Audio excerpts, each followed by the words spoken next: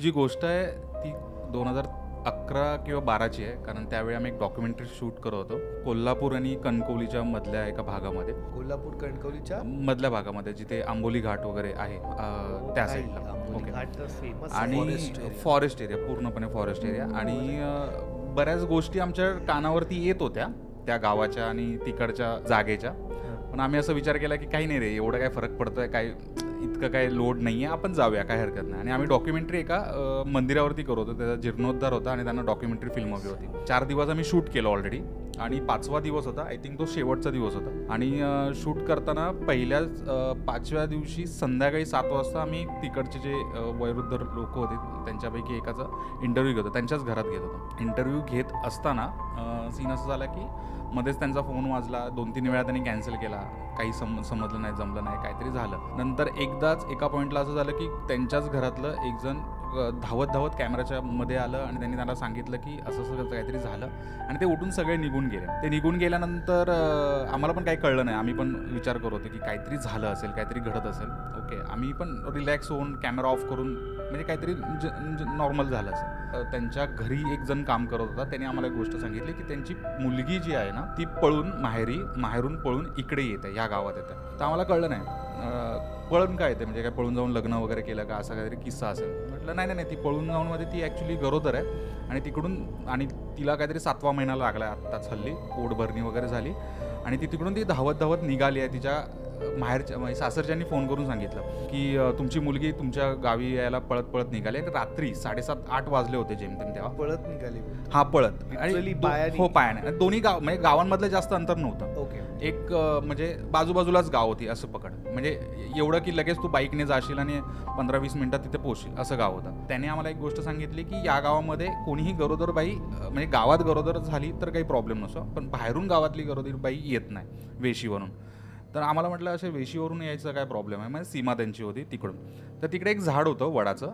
त्या वडाच्या झाडाला असं म्हणायचे की ते तिथे एक बाळाचं भूत आहे, एका बाळाचं भूत आहे ते. आणि ते झाड त्याचं 30-35 वर्षापूर्वी काहीतरी खून झाला होता. एका बाईने स्वतःच्या मुलाला म्हणजे बाळाला मारून टाकलं होतं आणि तिथे गाडलं होतं आणि त्याच्यावरती वडाचं झाड लावलं होतं, असं होतं ती. आणि ती बाई नंतर तिथून निघून गेली आणि नंतर काही वर्षानंतर असं कळलं की ती मेली, आपोआप मेली. ओके. आणि अशी लोक म्हणायची की ते बाळ जे आहे, जे पोटातलं 7 महिन्याचं बाळ अजूनही त्या झाडाच्या इथे आहे, जे कधी कधी आवाज येतो, कधी कधी ते बोलवतं गरोदर बाईला, जवळ आहे, मला माझ्या पोटावर म्हणजे पोटावरून हात फिरव, म्हणजे मला जर असं बरं वाटेल, असं तिला वाटायला लागतं. आणि काय झालं की त्याने असं सांगितलं की 2-3 दिवसापूर्वी जेव्हा ओढभरणी झाली होती तेव्हा ओढभरणीच्या अगोदर आदल्या दिवशी तिला थोडंसं अस्वस्थ वाटत होतं.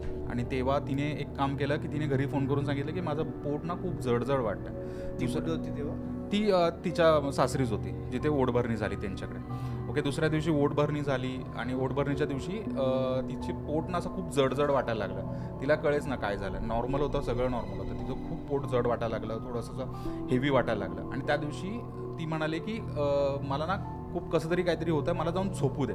आणि रात्री तिला एक घाणेरडं स्वप्न पडलं, जे त्यांनी फोन करून सांगितलं की असं स्वप्न असं होतं की तिला एक लहान बाळ पोटातलंच सांगतंय की मला बाहेर यायचं आहे, मला तिकडे घेऊन चल, मला इथे गुदमरल्यासारखं होतं आहे. तर तो बाळ सांगत नाही की तो कुठे घेऊन चल, मला तिकडे घेऊन चल, एवढंच बोलायचं. हे 2-3 वेळा घडलं. तिच्या घरच्यांनी म्हणजे सासरच्यांनी पहिलं सांगितलंच नाही ना, पण जेव्हा ती पळून चालली होती त्याच्या 1 दिवस अगोदर हा सगळा किस्सा सांगितला. यांच्याबरोबर डिस्कशन पण झालं.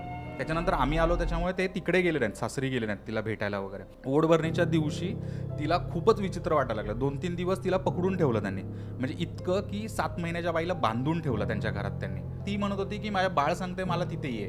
देन ही लोक सगळी धावत धावत वाडीतली, त्यांच्या गावातली वगैरे सगळी त्या वेशीपर्यंत गेले. म्हटलं ती तिकडे आहे का बघायला, धावत धावत गेले. आणि तेव्हा पोचल्यानंतर तिचे माहेरचे तिकडे बाईक गाडी वगैरे घेऊन आले, ही तिकडे पोचले आणि ही त्या झाडाच्या आजूबाजूला गोलगोल फिरत होती आणि काहीतरी शोधत होती.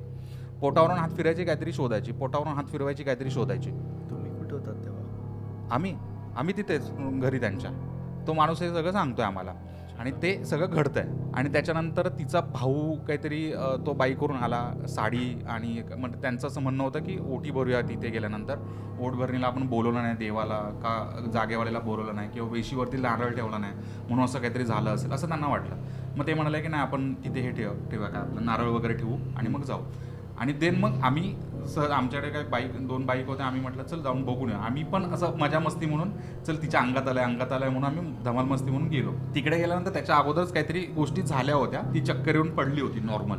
ओके, तिची चक्कर आल्यानंतर त्या वडाच्या झाडाखाली तिची ओटी भरली, तिला तिथून उचलला, तिच्या घरी घेऊन आले आणि त्याच्यानंतर तुमच्या घरी तिकडचं म्हणजे तुम्ही हा आम्ही जिथे होतो होते तिथे. हा आमच्या ते तिचं समोर. घर होतं. हा ते तिचं घर होतं माहिती. ते तिथे घेऊन आले. आता तिला वेस ओलांडून इथे आणलंय. ओके, जे की करायला नको होता. त्यांची प्रथा होती. त्यांची प्रथा होती. गरोदरपणी तिथे आणल्यानंतर एक कोणतरी गावातला होता, तो म्हणाला तिला बांधून ठेवा. हे आता आमच्या समोर घडतंय सगळ्या. मग तिला बांधून ठेवतायत, तिचे हात बांधतायत, पाय बांधतात आणि तिला एका रूममध्ये बसवलं, तिला पाणी पाजलं. ती शांतच बसली होती. आम्ही सगळे बाहेर आलो.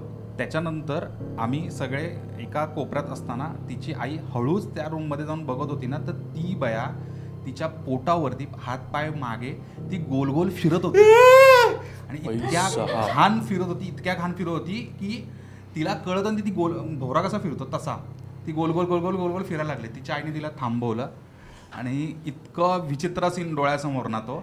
आणि हा बघितला. आणि नंतर मला असं थोडं वाटलं की आता एक काम करतो मी, म्हणजे थोडंसं शूट करतो किंवा मोबाईलवरती काहीतरी आपल्या त्याचे जुने फोनच आहे ना, म्हटलं हे काहीतरी इंटरेस्टिंग आपण शूट करूया. अरे आणि मी मोबाईल काढून असा उभा राहिलो इथे आणि असं उभा राहिला. तेवढा तिने माझ्याकडे बघितलं नाही,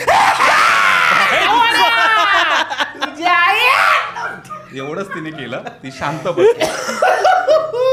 मला एक विचारायचं, चड्डीत मुतणं अलाउड आहे का? हे तू हे खरंच सांगतोय ना. अरे हो, आमच्या समोर घडलेल्या गोष्टी आहेत त्या. एकतर हा बाप स्टोरी टेलर आहे, नाहीतर हा एक झवाडा शूट आहे म्हणून का? आदरच्या पोटावर गोल बिल एवढा मला 2 मिनिटं गाड पाठावे की हसव ह्युमन ब्लेड बी बॉय